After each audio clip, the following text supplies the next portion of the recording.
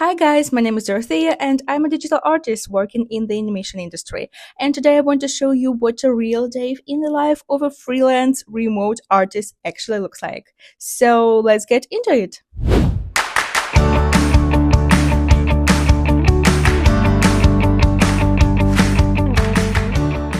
I usually start my morning around 8, but actually I wake up because of my cat who has learned how to open the doors. So yeah, that's a real problem. We don't have any locks in our room, so we just have to live with it.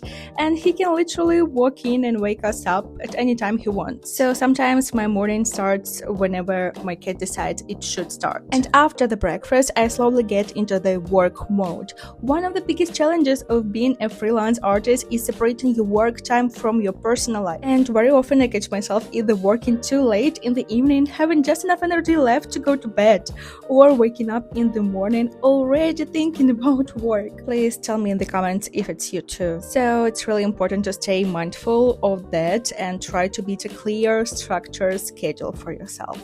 Sometimes I work on my client tasks and sometimes I focus on my personal projects, so it really depends on the day. Right now I'm working as a character designer at an animation studio, and at the same time I'm also building my own personal project. I'm trying to create my very first WizDev portfolio, so wish me good luck.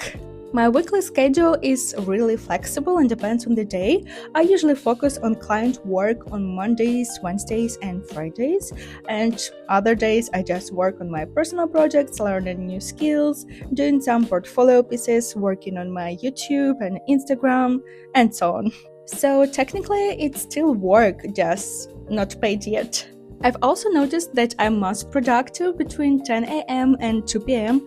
That's when I have the most energy, so I use that time for creative tasks like concept design, brainstorming, and coming up with different ideas. Most of the time I draw on iPad in Procreate, which makes drawing super flexible. I can work at my desk, on my bed, even outside, but for some tasks I switch to my bigger tablet, my Wacom Cintiq, especially when I need more advanced tools in Photoshop. When it comes to sketching ideas, character concepts, or just exploring references, I actually prefer working on iPad.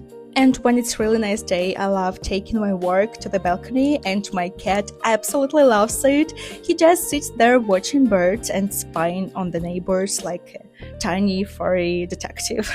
And for me, just a nice way to change the environment and see the people, I think.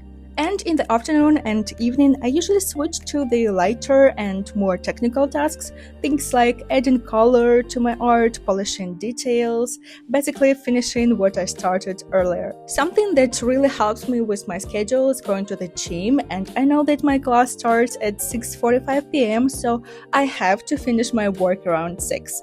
No excuses. On days when I don't have a gym, I absolutely love to read. Lately I've been reading a lot, and I realized how much I actually needed that. I spent most of the day looking at screens, my iPad, phone, laptop, and it gets exhausting.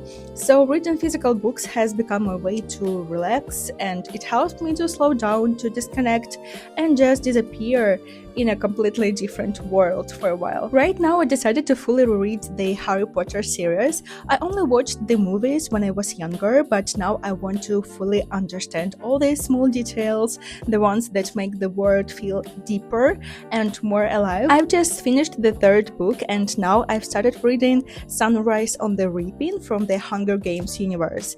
I really want to finish it before the movie comes out, and I can fully experience the story first and then go watch it in the theater. Sometimes in the evening I go for a walk with my boyfriend around our neighborhood, and then we're finishing our day with a dinner and Netflix. Thank you so much for watching this video. Please subscribe to my channel and stay with me for future vlogs.